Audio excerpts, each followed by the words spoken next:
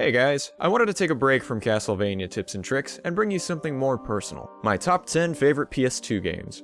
Some of these you've probably already seen, but others will be completely new to you. Also, Final Fantasy and Kingdom Hearts both appear on this list, but are closer towards the bottom than you would think. Without much further ado, let's get started. Number 10. Final Fantasy X. The music, the visuals, the... Okay, maybe not that. Final Fantasy X had the same appeal that Final Fantasy VII did. It was gorgeous. I mean, look at these textures. I remember seeing it and thinking, yes, this is what a Final Fantasy should be like. Well, I mean mostly. Tidus looks like Criss Cross, the story's all over the f***ing place. The voice acting is fairly terrible at moments. Can I have your autograph? And I still can't bring myself to play it despite the fact I own it on the PS3 via the HD collection. If I was gonna play it again, it would have to be on the PS2 or an emulator, since they decided to go back and re-sequence all of the music. Number 9. Lumines. This is a game for people who are shit at Tetris. No, really, it's awesome. The music is fun, the stages are engaging, and unlike Tetris, there's almost no skill required. Which is great because, you know, I suck at Tetris. So, number 8. Kingdom Hearts.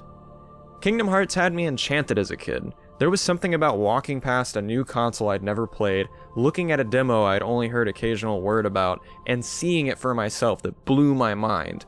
After seeing the opening animation, I had to own a PS2. There was no doubt about it. Looking back on it years later, I still have fond memories of playing it. Sadly, like Final Fantasy X, I own the HD collection and still have yet to play it. Number 7. Champions of Norath. So this is Diablo 2. It's a 4-person dungeon crawler where you navigate dungeon to dungeon, hacking away at enemies and collecting troves of gear. I can scarcely recall the narrative, but I have distinct memories of it being a blast, and that the main villain was voiced by Tony Jay, who happens to voice Frollo in Hunchback of Notre Dame and is easily recognized as the voice of Elder God in Legacy of Kain. Number 6. 007, Agent Under Fire. GoldenEye 64 aged like milk left in a glass unattended since its original release. However, Agent Under Fire for the PS2 was an immense improvement. Multiplayer modes had more configuration controls, stages were more varied and included traps, all sorts of choices.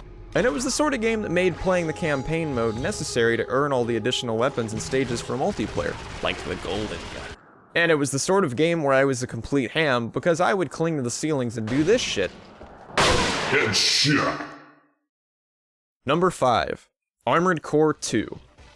Armored Core was a true mech simulator, and not the type of simulator to be confused with Surgeon Simulator. Mix and match parts, compare stats, fly robots, and blow things up.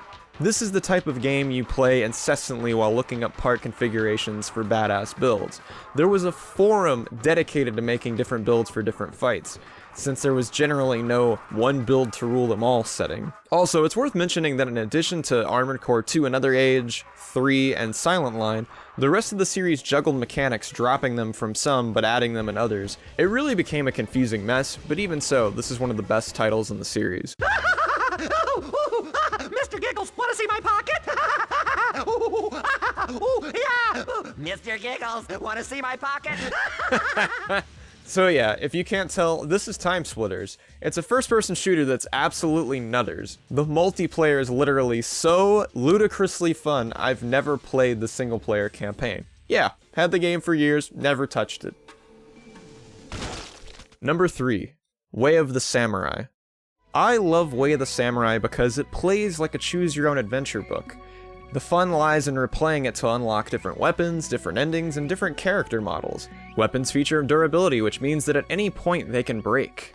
They can also be upgraded via the blacksmith I'm currently murdering.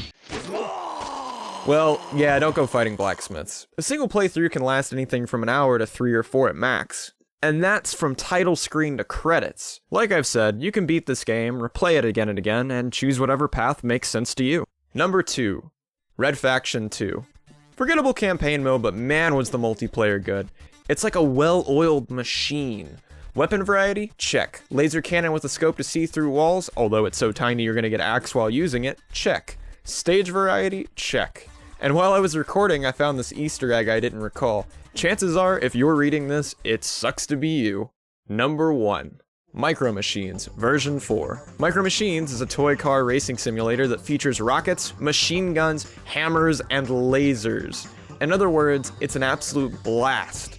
Seriously, if anyone should have a top 10 multiplayer games for PS2, it would be criminal for this not to be on there. Play against the AI and be bored, or play against your friends and be entertained for hours. Unfortunately, this was the last game in the Micro Machines series, and it would only see a continuation in the form of Toy Box Turbos for the PS3. And those are my top 10 games for the PS2. As you can probably tell, this list didn't include other great games like Legacy of Kain, Soul Reaver 2, Okami, Shadow of the Colossus, or any of the Fatal Frame series. And that's not to say these games aren't good, it's just that I haven't gotten around to playing them. That all being said, what are some of your favorite games? Let me know in the comments below. You can upvote or downvote, but I like knowing what you think. Thanks for watching. I love Way of the Samurai because it plays like a choose-your-own-adventure book. The fun lies in replaying it to unlock different weapons, different endings, and different character models. Weapons feature durability, which means that at any point they can break. They can also be upgraded via the blacksmith I'm currently murdering.